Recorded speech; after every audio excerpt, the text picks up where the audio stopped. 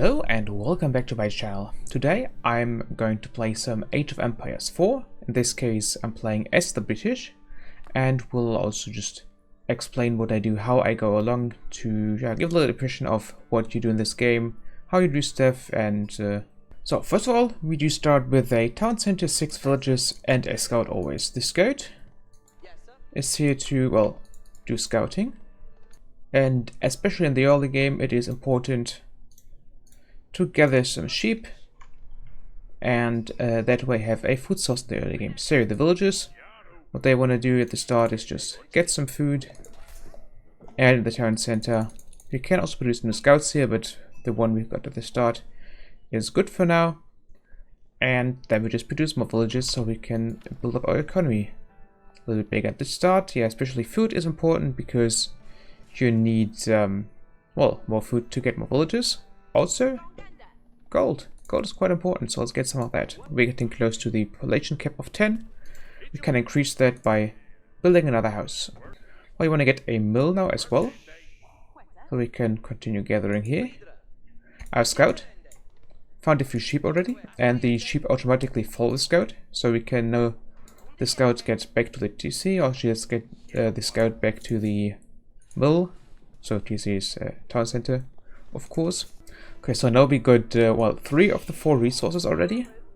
The 4th one, which is stone, as you might have guessed, is mainly used for fortifications, so you can build fortresses and stone walls with it. And also you can upgrade your outposts. So for example, these brown areas on the mini-map you see here, those are stealth forests. They are a little bit more open, there's less trees in there, but at the same time you can hide units in there. There's 2 ways you can spot units in stealth forests. First of all, the scout has a little bit of line of sight into this, so if there's anybody sitting in there, you can spot them with scouts, so another use for that unit. Or you build outposts. Outposts can also look into those forests. Now, as you see here, the little one here is glowing. What does that mean? We did accumulate 400 food and 200 gold, and we can use that to build a landmark. So what do these landmarks do? They basically replace the Age Up mechanic from previous Age of Empires games. A little bit like in Age of Mythology, if you played that, where you would choose minor gods while you age up. So we can build different buildings here. Like, different civs also have, of course, each their own choices. Some civs also have alternate ways to age up, but your building landmark is the base mechanic, which works in Age of Empires 4. So we can choose if we want to get the Council Hall or the Abbey of Kings, and we can only choose one of those. I think I'm just going to go for the Abbey of Kings in this case. It allows me to heal up nearby units. I'll just build it like there. Also see here, like every building, well, you add to your village, add some little paths and farms around, but those are all purely decorative. And so you see you have complete vision over this area, and nobody can hide in this forest anymore. Okay, more houses are being added as well, and as soon as we're in the second age, it should also be about time to get some military going. So since you're playing the British in this example, I'm just going to start off with an archer range, because they got quite nice archers, of course. Now, other thing which I completely skipped over so far was, I talked about the importance of gold, but then, well, I didn't use it at all. So I should probably change that. What I like to get early on is the Wheelbarrow Upgrade, which increases the carry capacity of villages by 5 and their movement speed by 15%. So this will benefit all of your economy, and if you need to run away from the enemy and all that stuff is better. So it helps a little bit with everything, and that's why I like it a lot. So here we can train longbowmen. Other civilizations would be able to create archers instead. So that here is unique to the English. The longbowman is a better version of the archer. But about the different unit classes and all that stuff, I will talk a little more later. So you see here, I'm playing against an immediate AI here, so I get a little bit of breathing space to talk. The AI is already adding a second town center. That's what you can do in the feudal age. But we would need some stone for that, so Let's get some of this. And also get the other military buildings. A stable and a barracks. Outposts also don't shoot by default. But since we got some stone, I can show you still you. We can now in theory get arrow slots here and the fortified outpost. But since this outpost is somewhere where we don't really need to defend anything anyways, it wouldn't make too much sense. So let's get another outpost over here. Maybe one over there. And then we can fortify this place a little bit. We can also advance to the next stage. We can the King's Palace or the White Tower. Basically the White Tower is a keep, the King's Palace is a town center. And since I wanted to add a town center anyways, and I got the stone for that, I can now get the White Tower. So I get a little bit of an extra defensive situation going on here. No, we can add the town center now. We want to add it on some resources like this gold here to keep that safe. And now we can add arrow slots here, some gold, some stone, and then this outpost will be able to shoot without any units being garrisoned inside. We can get some men-at-arms, we can also upgrade them, and they should be quite useful if opponent decides to pay us a visit, their army. Okay, we're almost up to the next stage. And while we're on our way, I can actually talk about fortification a little bit more. So we got two different kinds of walls. First of all, there's the Parasite Wall. It costs, well, wood because it's palisades. And that just took most of our... Let's do it like this. Maybe add a gate. Can we afford a gate? Okay, add a gate as soon as it's finished. Okay. This is done. We are now officially in the castle age and we got a keep here. So the keep can produce all kinds of units. Okay, you basically always need to read what you buy here. Because the sprinkling placement, for example, will only upgrade this structure. But if you, for example, get boiling oil, you will upgrade all of your towers and keeps with getting extra damage to nearby units. As does the network of castles, which is one of the unique English bonuses. And the bells are ringing because there's an enemy unit nearby. Yeah, but now I think we'll just get some more different types of units and then I can talk about counters and stuff. We also got a fair amount of stone, so probably want to add some proper stone walls here.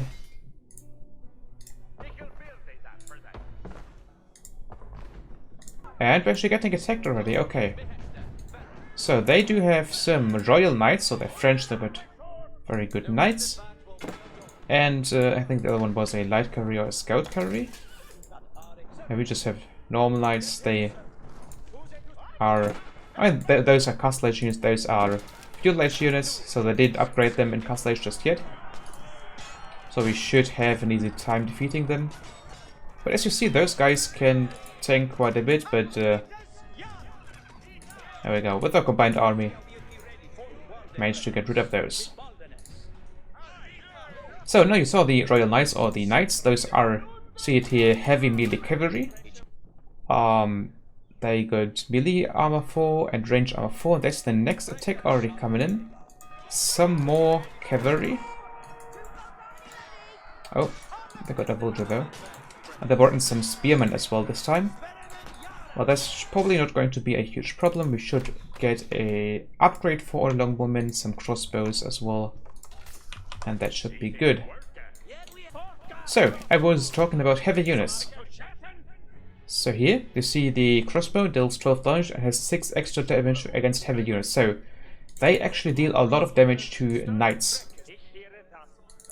Also, the other cavalry unit, I think we still have one of those, the horsemen.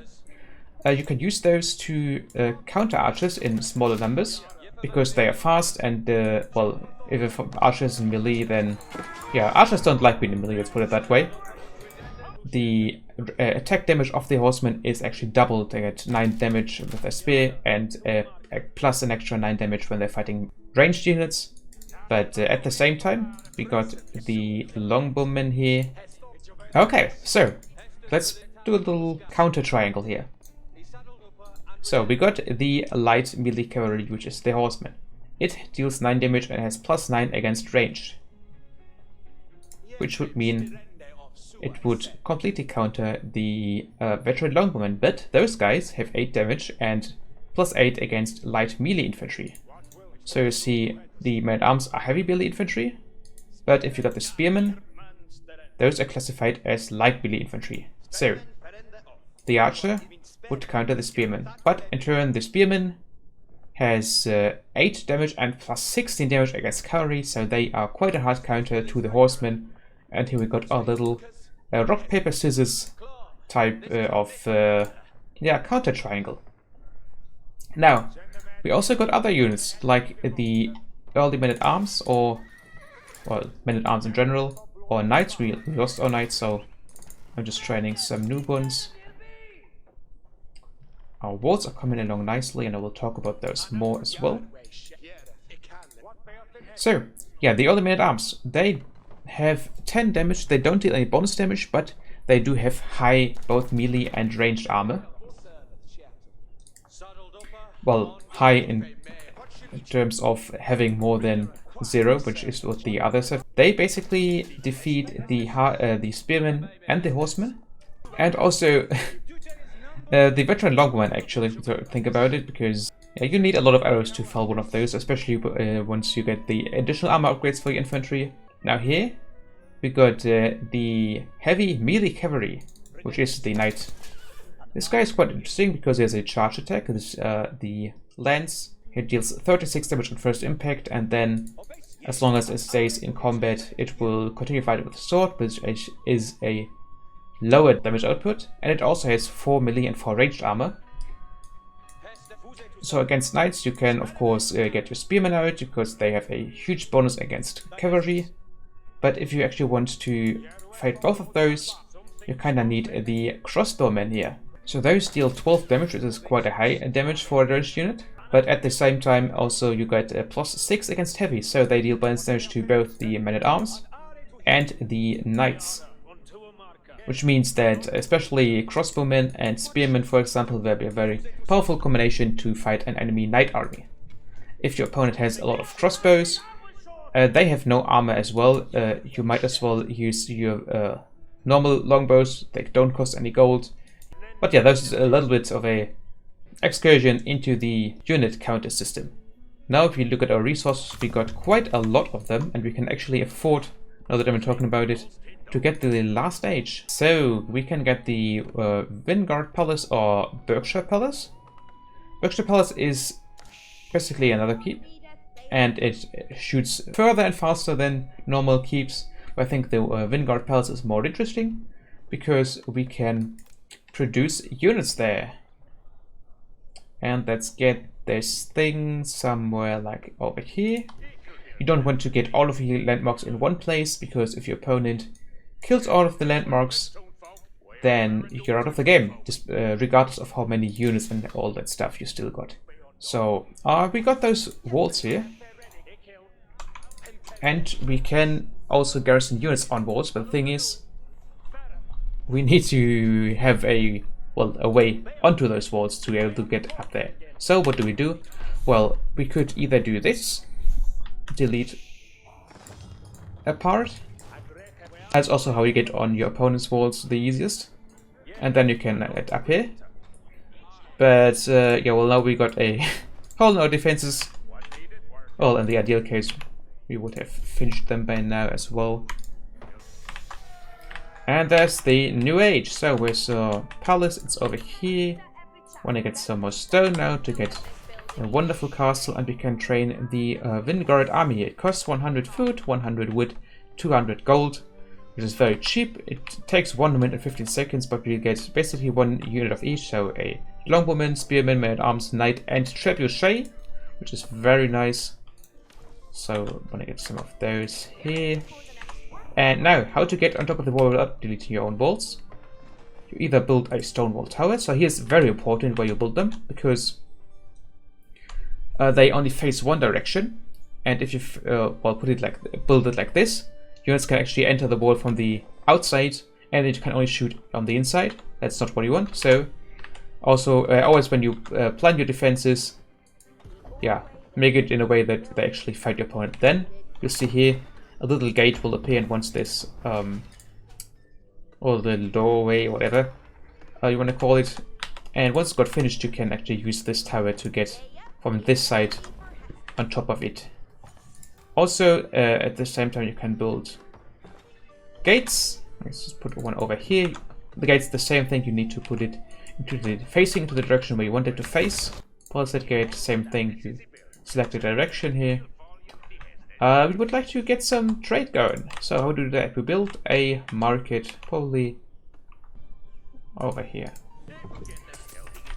So we want to build it as far away from the other market as possible, because that means we get the maximum amount of resource out of this.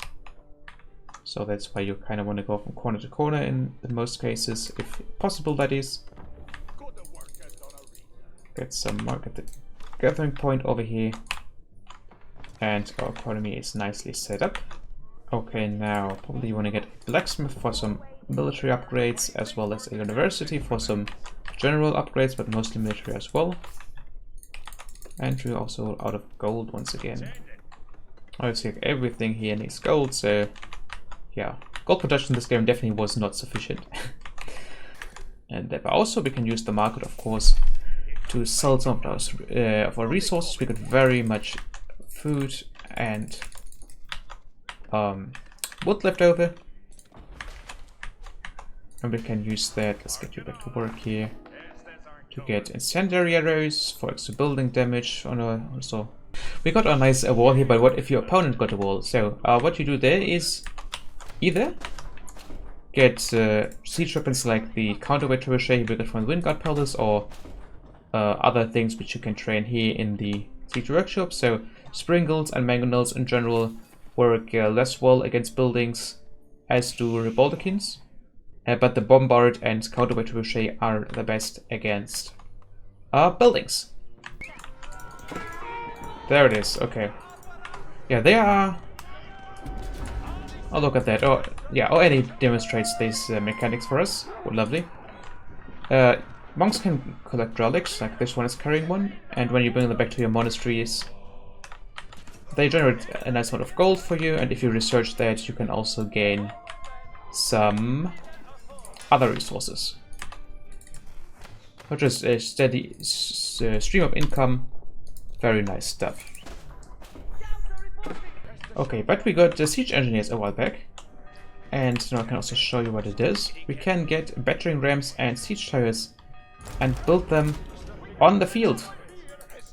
Like you can move your army somewhere, maybe even into a stealth forest, and then build some rams there and completely suppress your opponent with those. That is a very nice feature. Also, the siege towers, you can use them to get on top of enemy walls, or even on top of your own walls if you forgot to build any towers or gates. So that's nice. And okay, we might actually be able to just move out now at this point. We'll get all of those archers over here. So now you see here, there are the sacred sites on the map as well. 1, 2, 3. Yes. And if you capture one of those, they will also, like relics, generate continuously an income of gold for you. But if you got all 3 of them, they actually start a countdown. And at the end of that countdown, you do win the game. So they can be quite important. If your opponent has 1, it's definitely generally nothing you need to worry about too much. If your opponent has 2 of those, then things are still getting a little bit dangerous. But as soon as the 3rd one is there, then kind of need to make a move fast and try to intercept that. So you can only capture him, but there's a priest on top, or monk, or whatever their equivalent is. But you can reset them with just having more military units than your opponent there. Okay, now where are my archers? There they are. Since I got the wonderful lumbermen, they also got some active abilities here. And I might as well demonstrate those. Oh, what are you doing there? Stop that. Get your back.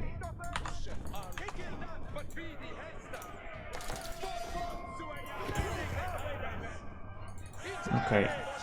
Yeah, resetting this holy site should probably build them out. They actually do build some, okay, some stuff. That's nice. We can get some siege towers.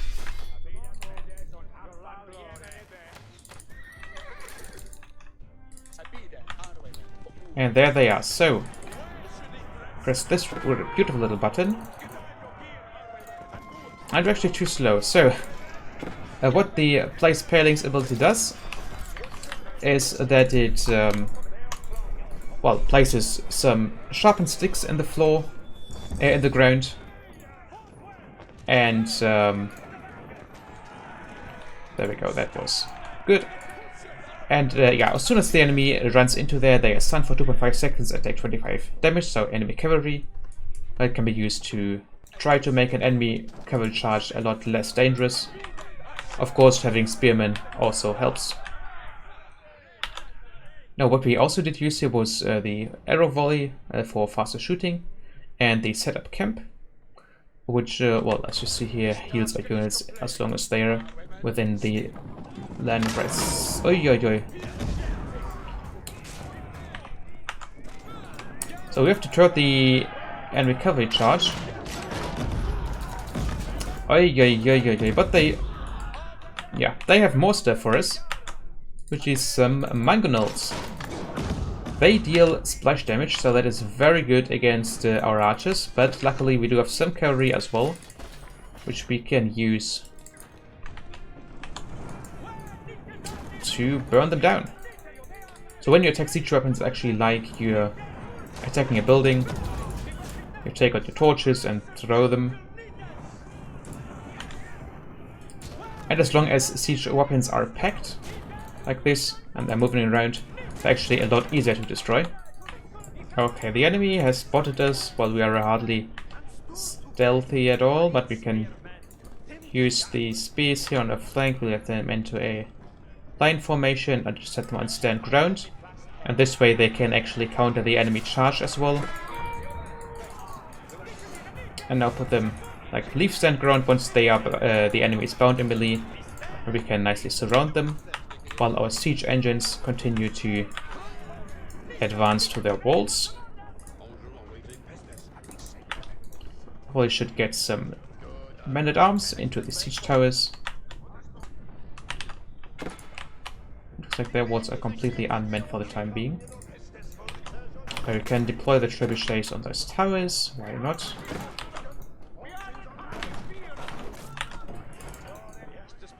And once we are on their walls, we can actually use the gates as well to leave on the other side of their walls.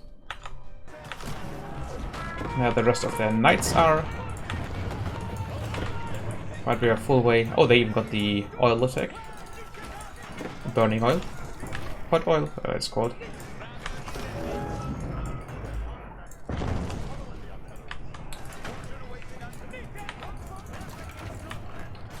But since we already defeated the army of our opponent, yeah, getting rid of the castle itself shouldn't be too much of a hassle now.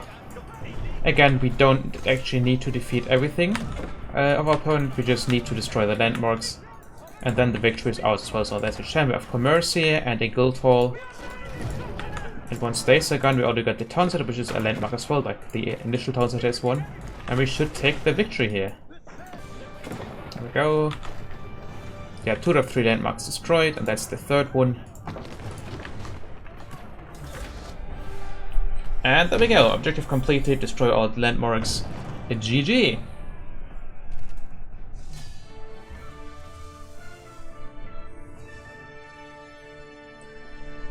So I hope I could give a decent overview over, yeah, what you do in this game and how you do it, the different units, the different resources, buildings, aging up, defensive buildings, sieging, and the victory condition. I think I should have covered, if not everything, most of the things. Well, I didn't cover the civs, but those are a different topic for a different video, or probably several.